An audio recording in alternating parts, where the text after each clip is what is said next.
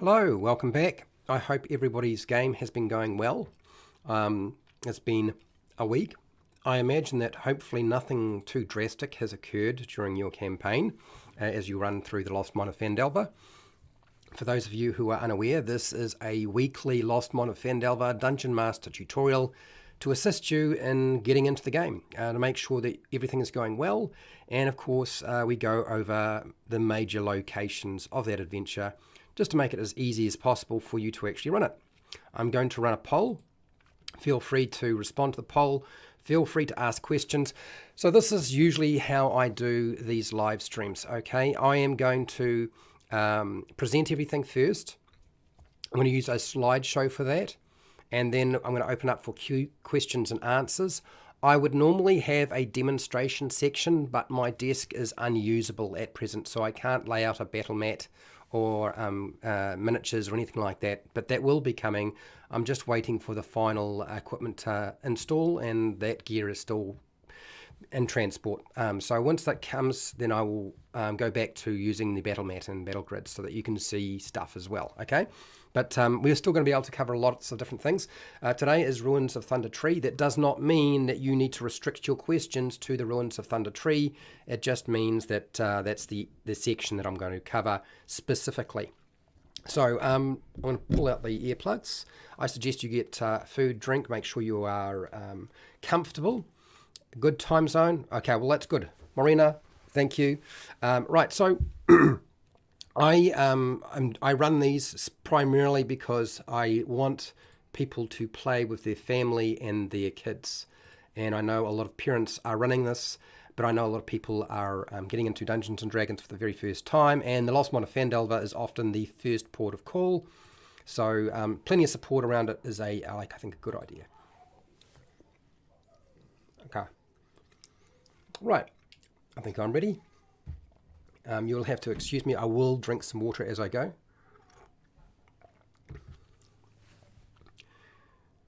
Hi, welcome to How to D&D. My name is Fred Wheeler, and today I want to talk about Dungeons & Dragons. Usually, because I always do, this is not so much about dragons, although there is a dragon involved. This is a Lost Mine of Phandelver Dungeon Master tutorial. This is Lesson 8. This is the Ruins of Thundertree. I consider this your primary last location. Although the adventure doesn't stipulate that, I think this is probably the best location to leave last. And I'm going to be explaining why as I proceed. But let's have an overview of what I will cover today. I'm going to talk about finding the Ruins of Thundertree. I'm going to talk about the westernmost cottage, the blighted cottages, the brown house. Oh, no, why do I call it the brown house? It's actually the brown horse, the druid's watch, the blighted farmhouse, the ruined store, the dragon's tower, of course, the old smithy, the herbalist's shop, the town square. I've got something for that, don't you worry. The old garrison, the weaver's cottage, and the dragon cultists. And I'm going to give you, as I do with all of these, some miscellaneous recommendations for this section, and also a tie-up for the end of your adventure, which I am going to go into a bit more detail with. I kind of already done that, but this is a very different kettle of fish that I have intended for today.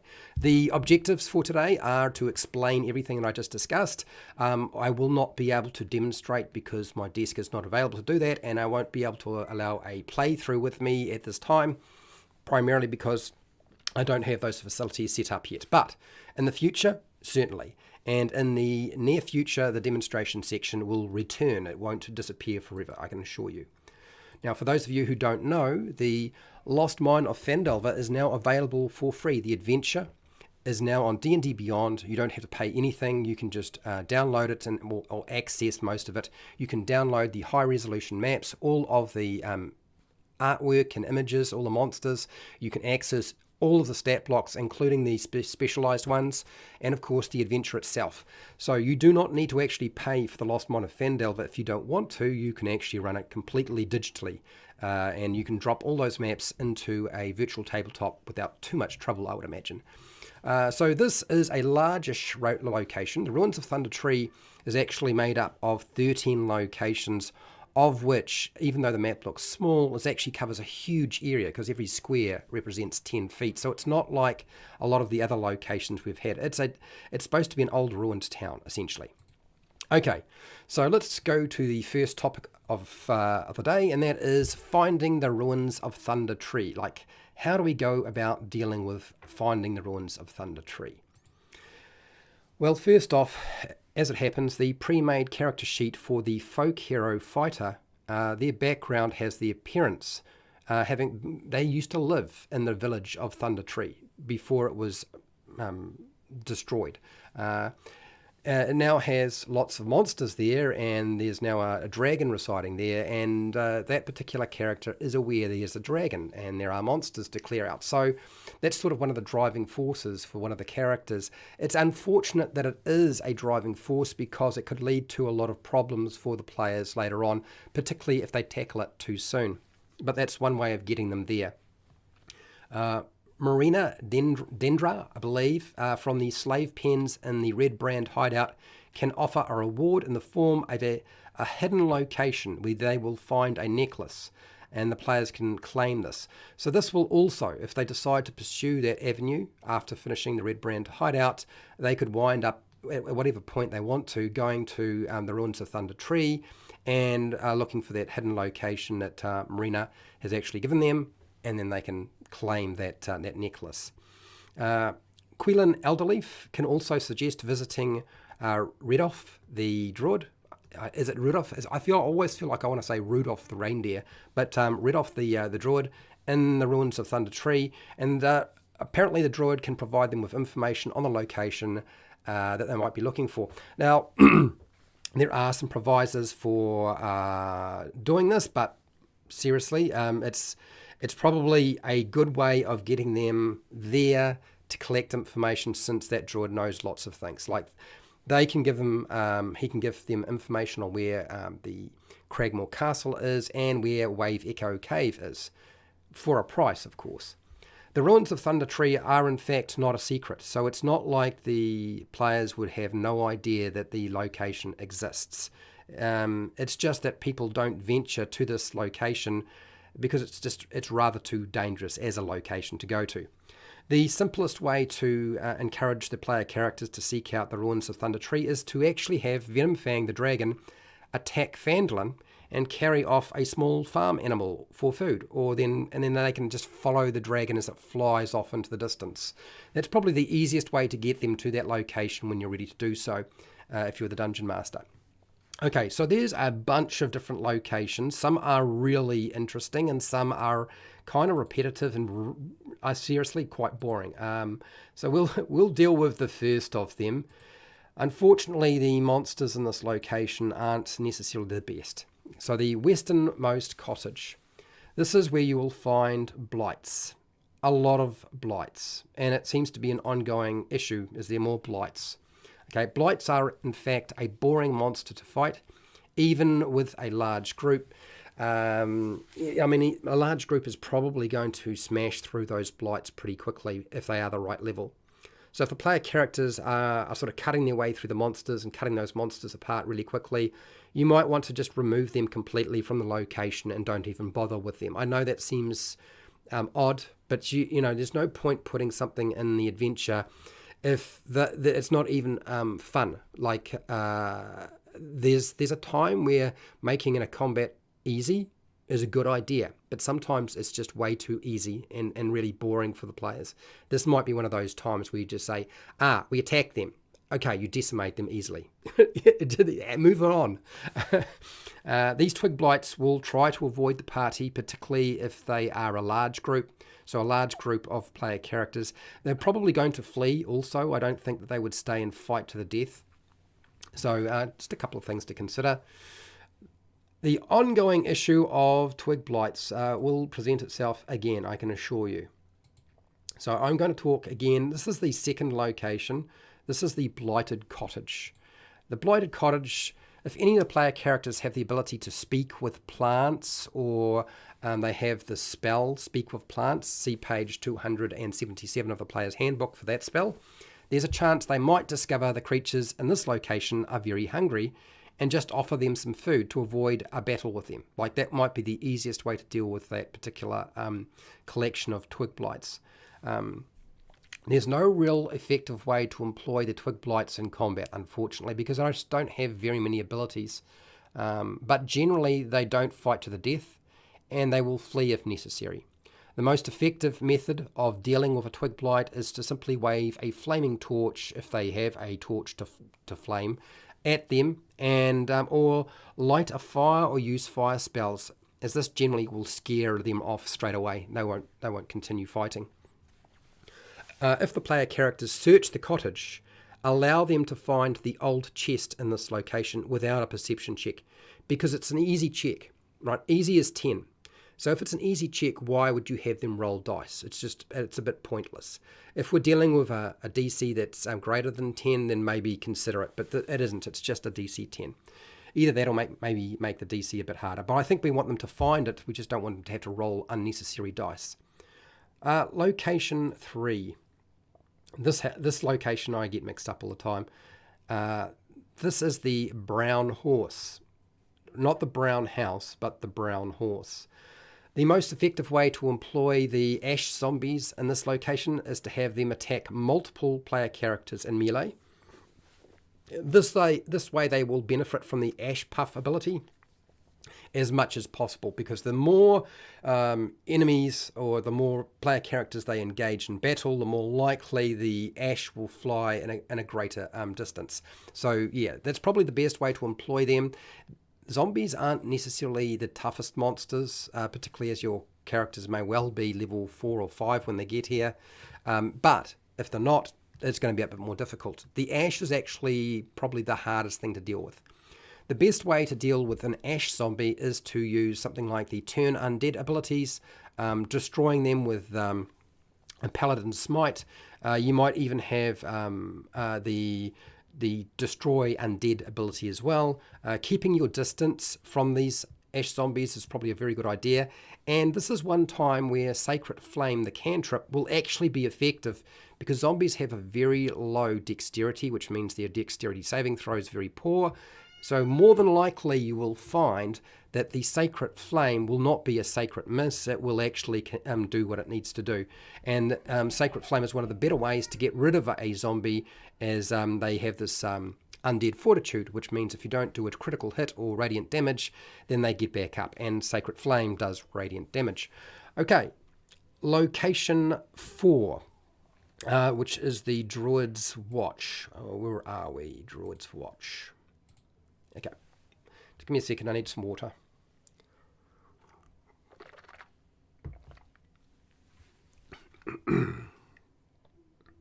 Okay, I'm ready. Right, section or area 4, which is the Druid's Watch.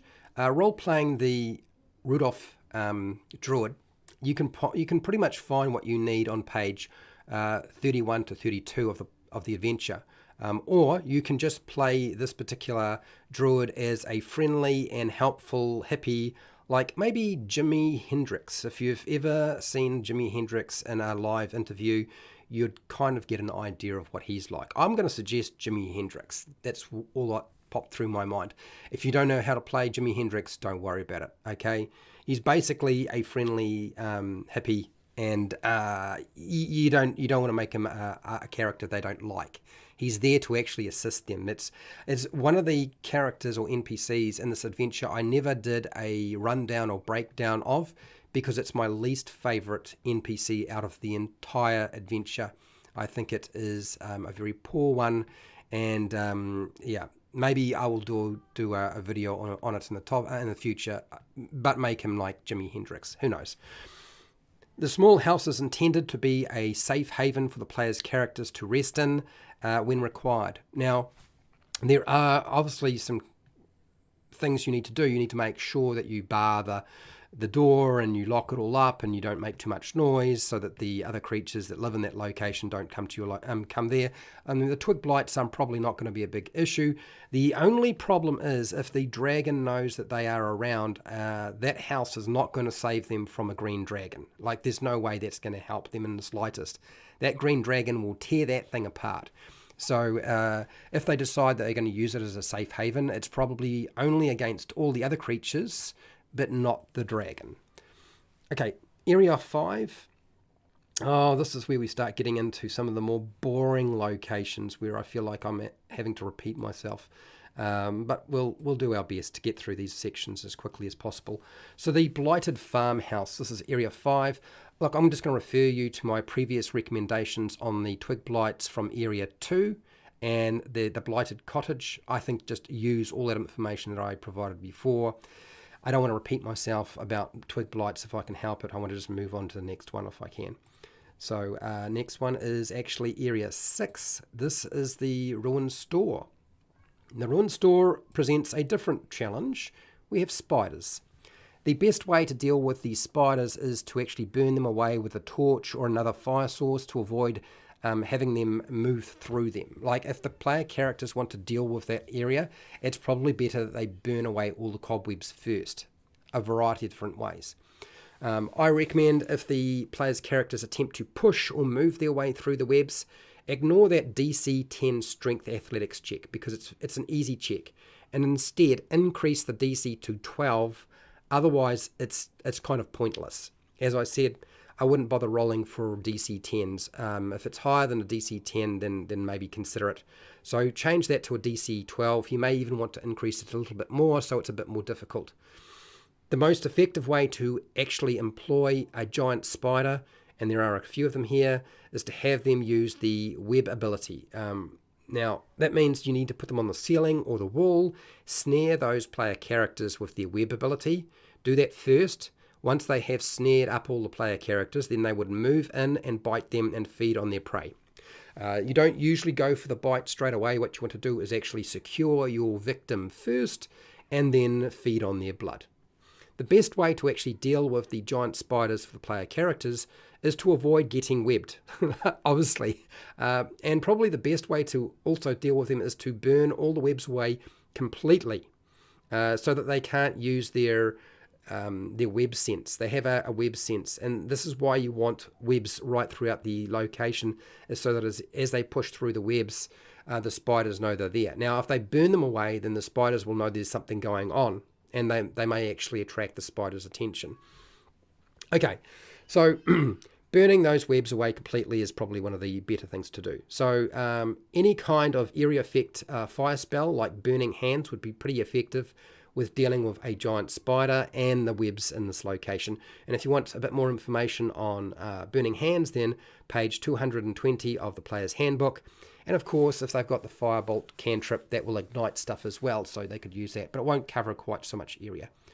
It's probably only be dealing with maybe 5 foot, whereas Burning Hands can cover a larger area. Probably the key location in terms of this part of the adventure is actually Area 7, because there's a dragon here.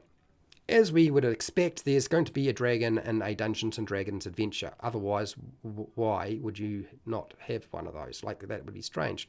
My recommendation is to ignore the adventure advice on how to run that dragon. It's very poor. I would not consider it. Ignore it. Role-playing Venomfang, the young green dragon, is actually listed on page 32 of the adventure. There's also a video on my YouTube channel that you can go and check out. Or you could just play the young green dragon as a manipulative schemer. Like, they are very manipulative. They are schemers. They get up to... They're very devious, so you can't really form an alliance or a negotiation with them and have them actually carry that through. They like to control others. They're right into that. In fact, it also means they're probably... that the green dragon's probably actually got some sort of hold over some of the animal life in the area, just so that they don't wind up getting eaten by it, okay, or killed. So just consider that. The most effective way to employ a dragon like Venomfang is to make sure it is on the roof of that tower, okay, keeping an eye on the surroundings or using birds as sentries. As I said, other animals will wind up in the servitude of a green dragon rather than inside the tower sleeping. Now, often dragons do spend most of their time sleeping. This dragon has sort of been driven from its home, and it's in a temporary location, essentially. So it does make sense that it would be much more on alert. or at least have some sort of sentry to warn them should somebody come venturing in. If the player characters approach the dragon without declaring their presence, it can fly above using its poison breath, and it probably would do that. Flying overhead, grabbing a player character is a good way, flying them up into the air and then dropping them to their death. Or you can make flyby attacks. Never put your dragon in a fight on the ground. Dragons do not fight on the ground at all. That is not how they operate. They are always in the air during a fight. They will always rely on their breath weapon. This one has a poisoned breath weapon. And if they can't use their poisoned breath weapon, they're going to be utilizing things like flybying and grabbing a character, and then using the bird snail technique. You know, as the bird grabs the snail, flies it into the air, drops it on something hard, and has the thing crack open, and then it eats it. If the player characters declare their presence and intentions, the dragon could be bribed, could be bargained with, or even deceived with the right approach. But intimidating a dragon will just wind up resulting in it attacking the character. So I wouldn't even bother going into any kind of dice roll. As soon as they say, I'm going to do this, and it's some sort of intimidation, it's going to fail. Venom Fang values certain types of treasures, particularly favors. This is how this type of dragon operates. They like to control others, as I said. But if you're looking for actual physical treasure, and they would certainly be interested in favors and getting the player characters under its power in some way. But something like an emerald or emeralds, wood carvings, musical instruments, it likes that sort of thing, and also statues of humanoids. You can see page 95 of the Monster Manual will actually give you a bit of information that breaks that down. So it's actually there, it's just in a different location. If you don't have the Monster Manual, I have just provided you with what you needed to know.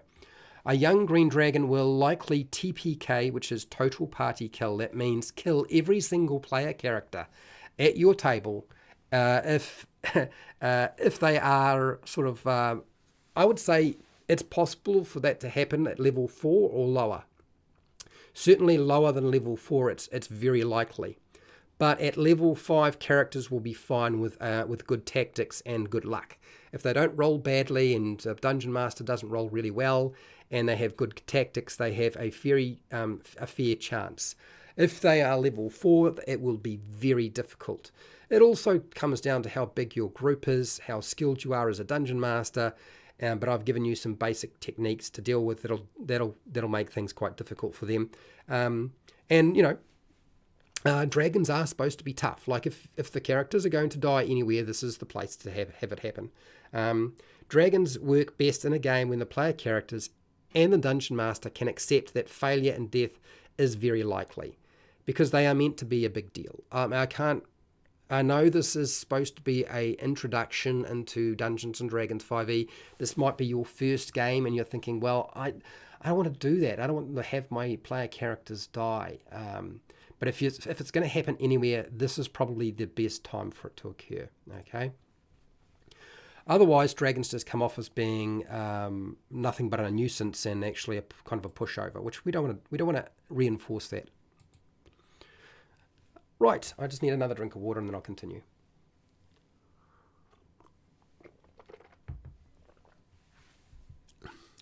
We're now on to Area 8, which is the Old Smithy. Look, I'm going to say again, just refer to my previous recommendations on the Ash Zombies from Area 3, the brown horse, not the brown house. Consider allowing the player's characters to claim some of the old tools left behind. I'm going to give you a list of things that you might want to include that they can pick up and use or take with them. So 4 tongs, 4 different sized forge hammers, 2 different sized anvils, 2 whetstones, 4 chisels, 3 punches, and 2 cone mandrels. Now you're probably wondering, why have I stipulated that many and why have I stipulated that kind of stuff? Because I did some research to find out what were the common blacksmithing tools that you would normally have. And normally you would have 4 different types of tongs, 4 different sized forge hammers, at least 2 anvils, probably 2 whetstones, 4 chisels of different sizes, 3 punches of different sizes, and 2 different sized cone mandrels. So I've done all the work for you, so if you wanted to add a little bit in there, you can. And I hope they find some use for it, particularly if you have a character who has a background in smithing or has the tool proficiency of smithing. That might be quite helpful. Right, Area 9, which is the herbalist shop. This is where we're going to find some interesting stuff. The gold necklace is covered extensively in the adventure, so I don't really need to tell you much more than is already there.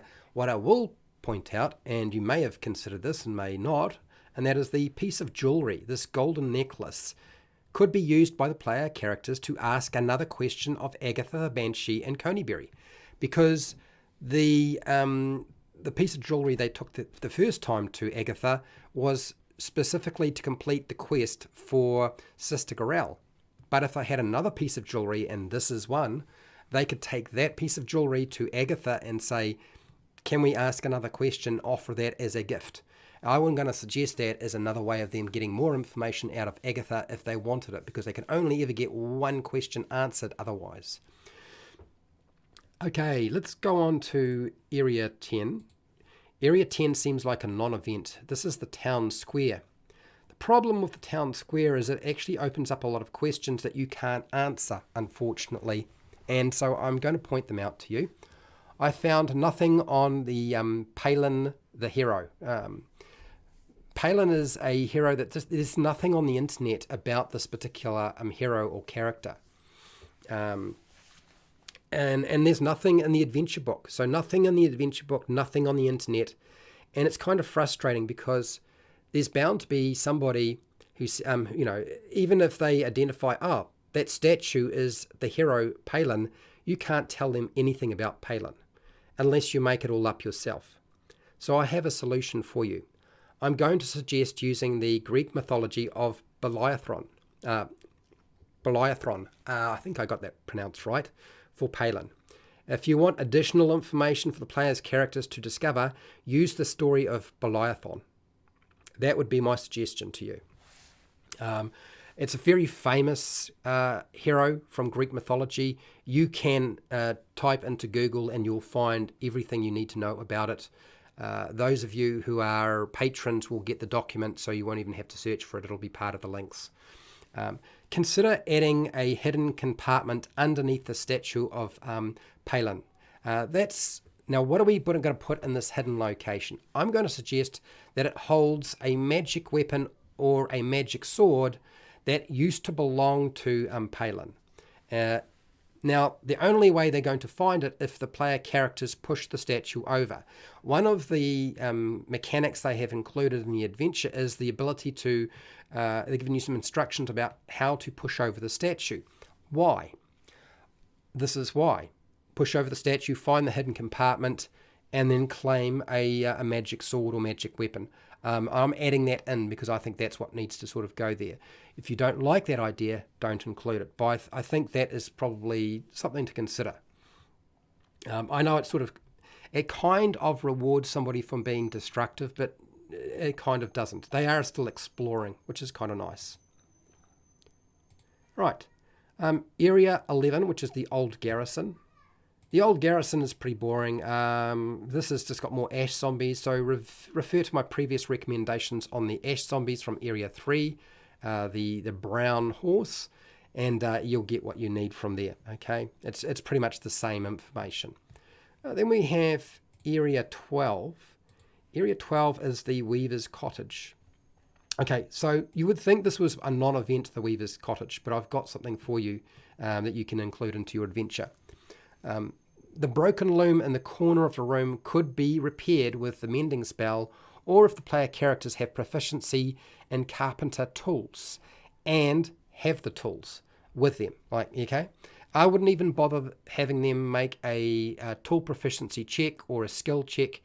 If they have proficiency in carpenter's tools and they have the carpenter's tools on them, let them repair the loom.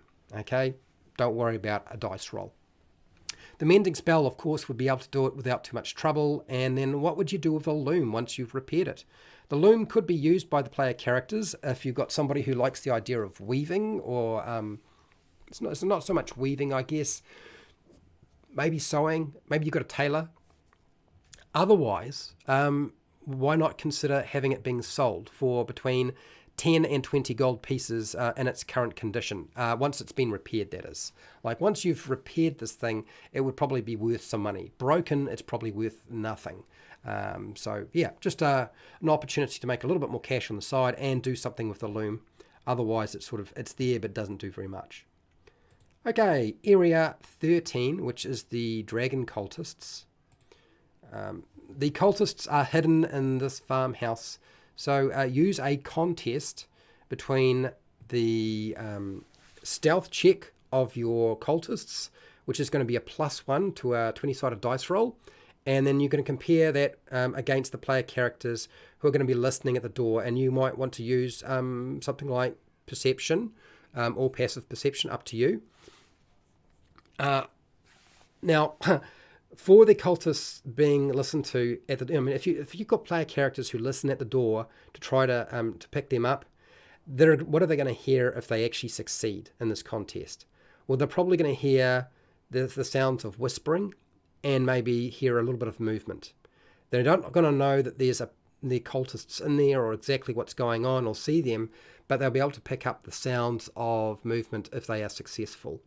Role-playing the cultists and Fabric, who is the leader of those cultists, is actually listed on page 34 to 35. Or you can just play Fabric like a telemarketing salesperson. You know, those annoying people who call you and want to try and sell you something. The intention of the designers is to have the cultists in this location connect the adventure Lost Mine of Phandelver with Tyranny of Dragons, that storyline Tyranny of Dragons, which is Horde of the Dragon Queen and the Rise of Tiamat. But it offers no advice on how to actually do so. Like, even though it's there and foreshadowing the idea, it doesn't actually provide you with anything like, how do I make that work?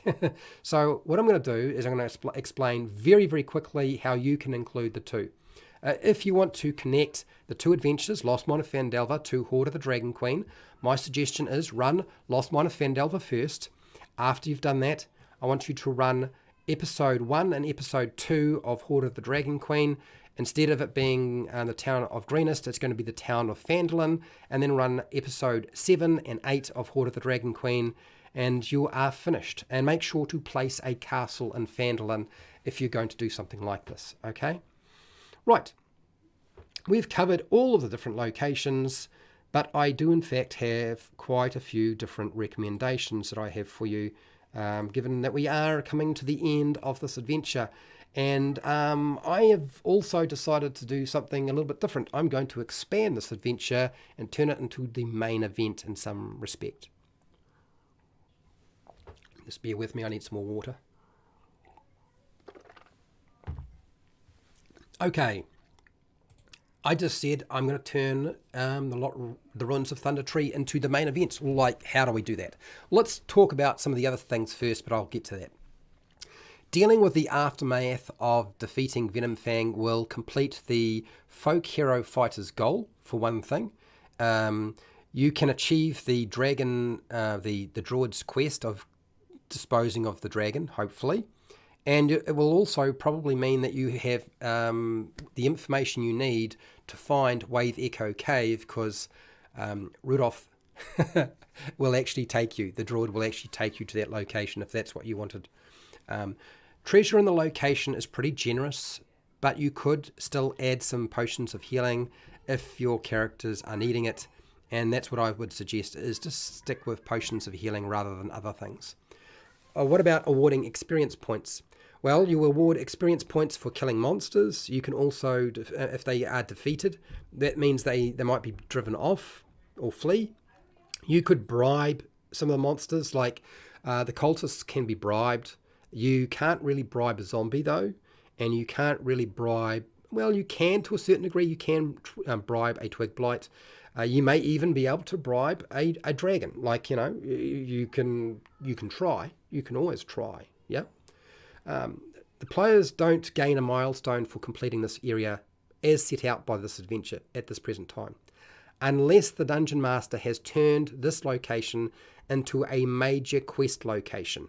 And I'm going to get into how to do that very, very shortly. I recommend not running this adventure till after everything else has been resolved, because Venomfang is much more threatening as a main villain than Nesna the Black Spider, and probably far more interesting as well. Now, if your party of characters gets to the ruins of Thundertree and they aren't level 4 or level 5, you may run into a huge problem. So I'm going to say consider removing a few things. Oops. Okay. I can hear Amelia. There's got to be some sort of battle of wills going on right now. Okay. All right. So consider removing the dragon, the treasure hoard, the druid, the cultists, and use them later. Okay. The player characters are, if they're only level 1, 2, or 3, can come back to this location and deal with the dragon, the treasure hoard, the druid, the cultists, when you're ready for them to do so. And that would actually make things far more doable. Otherwise, they're probably not going to make it. And why would we do it this way? Well, what we can do is consider this location on a timeline. In other words, that at the point in time that they went to the ruins of Thundertree, not everybody that is supposed to be in that location is actually there. Like, the dragon hasn't arrived yet, the cultists aren't there yet, the druid's not there yet, and there's no treasure hoard because the dragon hasn't collected a treasure hoard. Okay, so you don't have to worry about that bit. But everything else, if they're level 1, 2, or 3, they can deal with spiders, they can probably deal with ash zombies and twig blights, particularly twig blights. That'll be easy for them. All right, now that I've said my piece with regard to how to deal with it at certain levels, what to do with it, let's talk about making this thing the main event. My biggest piece of advice to you is to actually consider the ruins of Thundertree a main quest. It's an adventure goal, and you're going to do this after the main Lost Mine of Phandelver goal has been achieved. Once your player characters have actually dealt with Nesna the Black Spider and everything has been tidied up, this is where we want to actually engage that dragon in this location. But to do so, we need to make some changes to it. So you're going to increase the difficulty of the twig blights, and you're going to use a combination of these monsters. So anything that has a twig blight, you're going to replace with these. You can use something like the vine blights, that's on page 32 of the monster manual. You could use a shambling mount. I wouldn't use too many. I would just use one in one location because it'll be tough. Even if they are level 5, it'll still be a tough fight. Well, at least for the right size group and the right players. You'll see this particular monster on page 270 of the monster manual. Awakened trees would also be an interesting monster to include.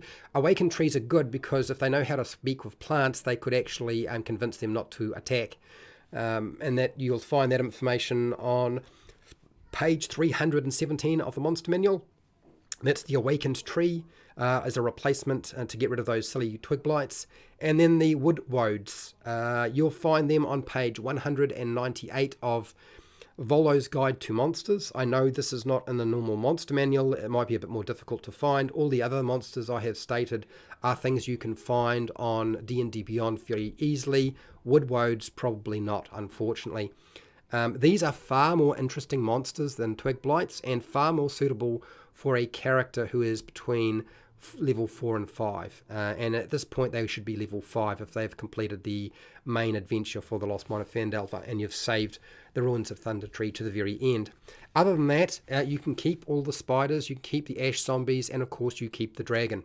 And that will finish things up. That will actually get you done. And I think that would be a good experience for your player characters. I am hoping that this was useful to you and that you now have the tools you need to run the kind of adventure you were hoping for and your player characters or players were hoping for, and that they have a good time with this.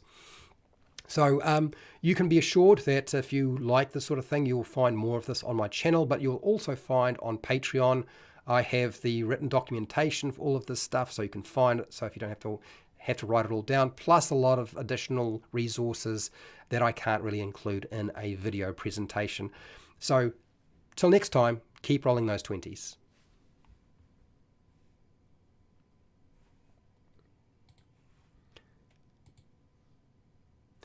Okay, let's head back to the chat. I've been talking for a while, but we've got it all done.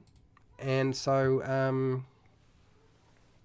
now for those of you who think that I was trying to be funny, well, possibly, but let me just get rid of the annoying bot.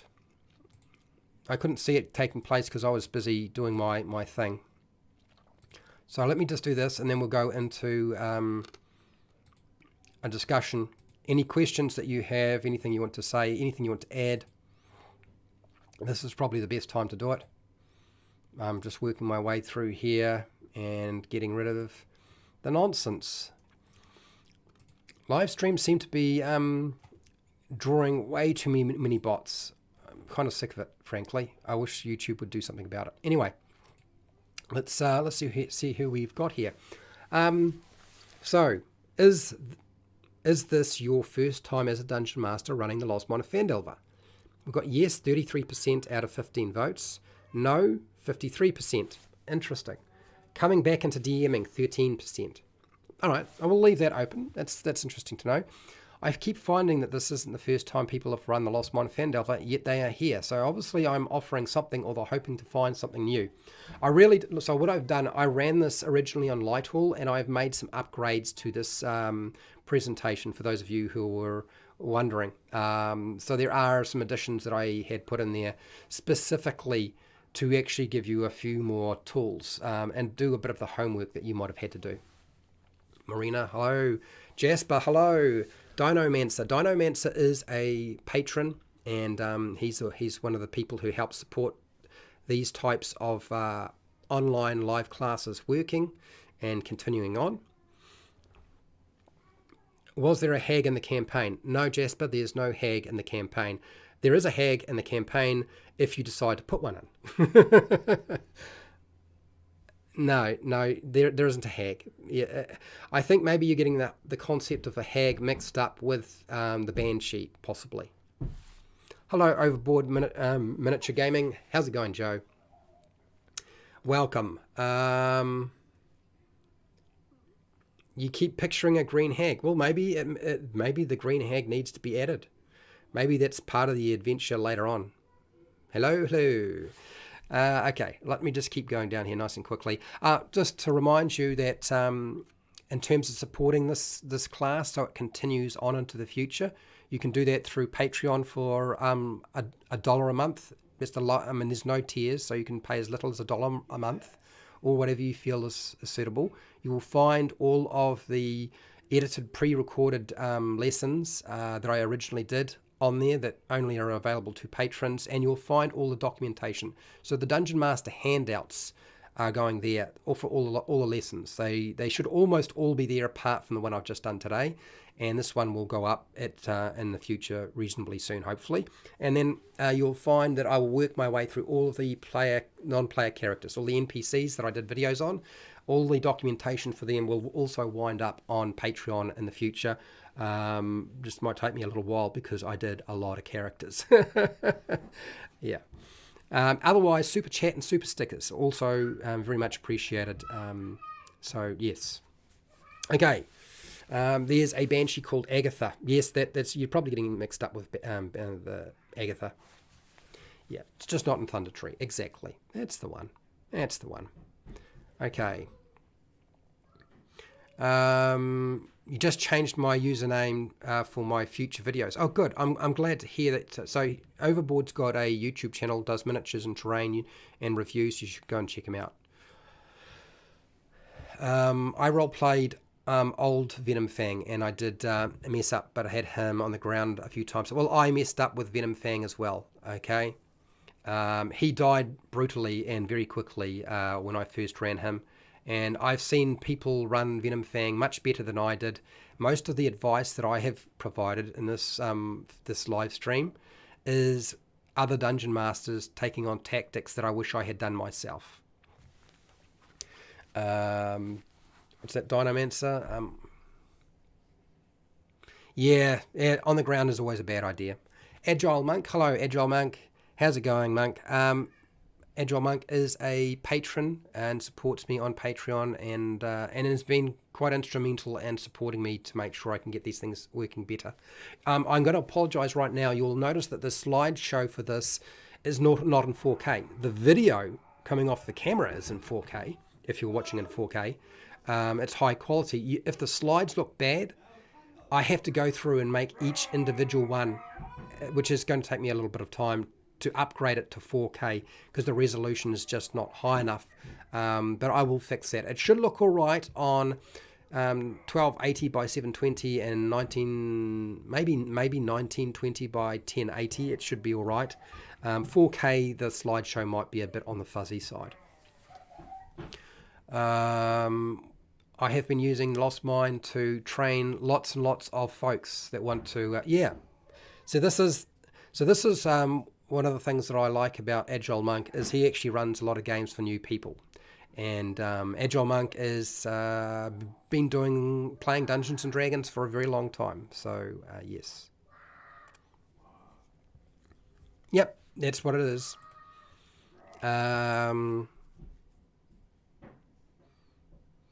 Yeah, everybody will have their full-on approach for Venom Fang. Look, I've done a video on Venom Fang, and I've had many people who loved the advice I gave, and others who thought I was appallingly bad at it. Frankly, I don't care. All I know is by experience, having a dragon dusted really quickly, it's actually better if a dragon if it does lose the fight, that it's able to fly away. But it's actually hard to have a dragon fly away without being shot by somebody with a long bow who has sharpshooter, because they will just kill it as it tries to fly away, unless there's some cover. Morena, what do you got here? Okay, all right, so Marina, you've got 2 players, and I'm thinking to make an NPC to fight the dragon. Will it be a TPK? 2 players against that dragon is bad news. No, I wouldn't do that. Yeah.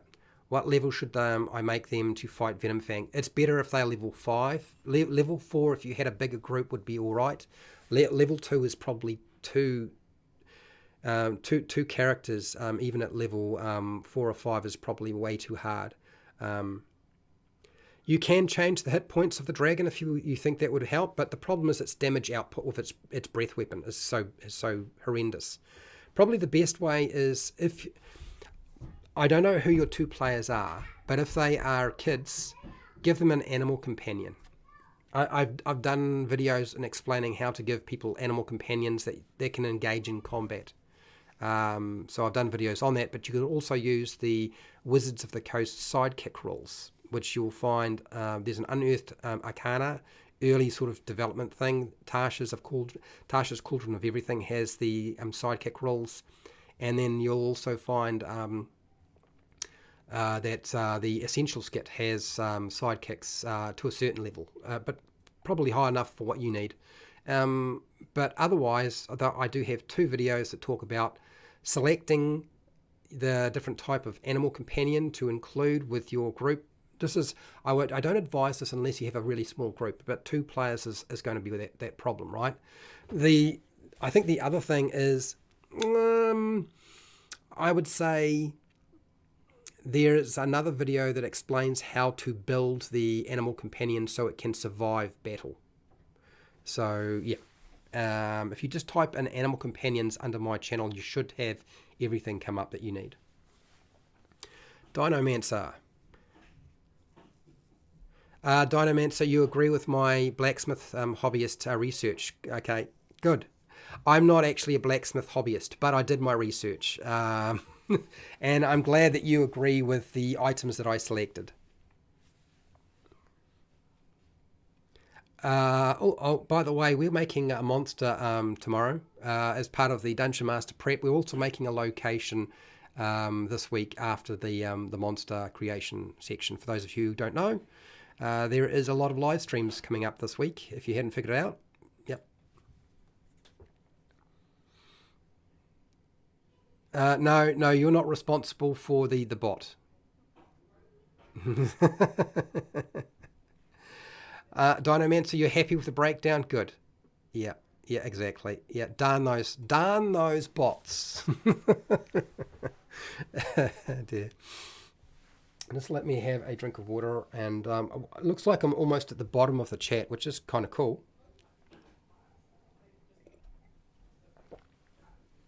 Oh, by the way, I was learning how to edit in 4K on my Friday and Saturday yesterday. Finally got it figured out. And frightening just how fast it can be done. I was told all sorts of horror stories, but apparently it's not going to be an issue at all. So you will see some snippets from some of the live streams turn into edited videos in the future. And this is... YouTube likes it when there is a combination of all this stuff, I've found. It's usually resulted in a better result for me. So you may see some stuff you've seen before in a live stream turned into an edited video. It'll be a rough cut, but it gets the message out there and it's easy to search for. Okay, so Dinomancer. In regards to the loom, okay, thank you. It would be broken in the process of making a very, very nice item. It could be broken in the process of making a very, very nice item. Okay.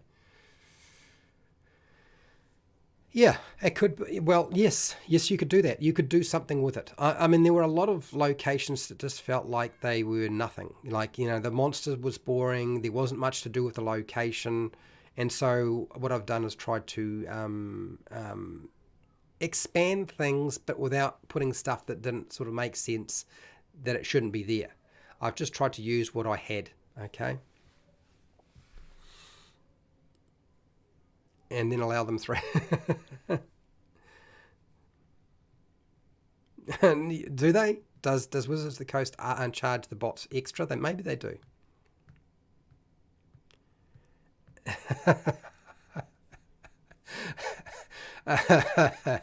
You flew off with a grug. Oh, okay. Oh, well, bye-bye to that grug. You're welcome, Marina, for the tips. And look, people will let me know if there are things that I need to adjust, because, as I said, this is a class that I hope will continue on into the future, and that will just get redone over and over again, which means it will get better and better. It means that I'll be able to upgrade the slideshow, that will have the battle map and miniatures back at some point once the lights will arrive and the camera's fixed and so forth. Because right now my desk is just covered in tripods and stuff, and I just can't do anything with it. So yeah. I'm glad you thought it was a good video, Overboard. And by the way, Overboard DM is now a patron, for those of you who were wondering. You get a lot on Patreon. I mean, I have probably not released as much as I should, just because I just had a lack of time.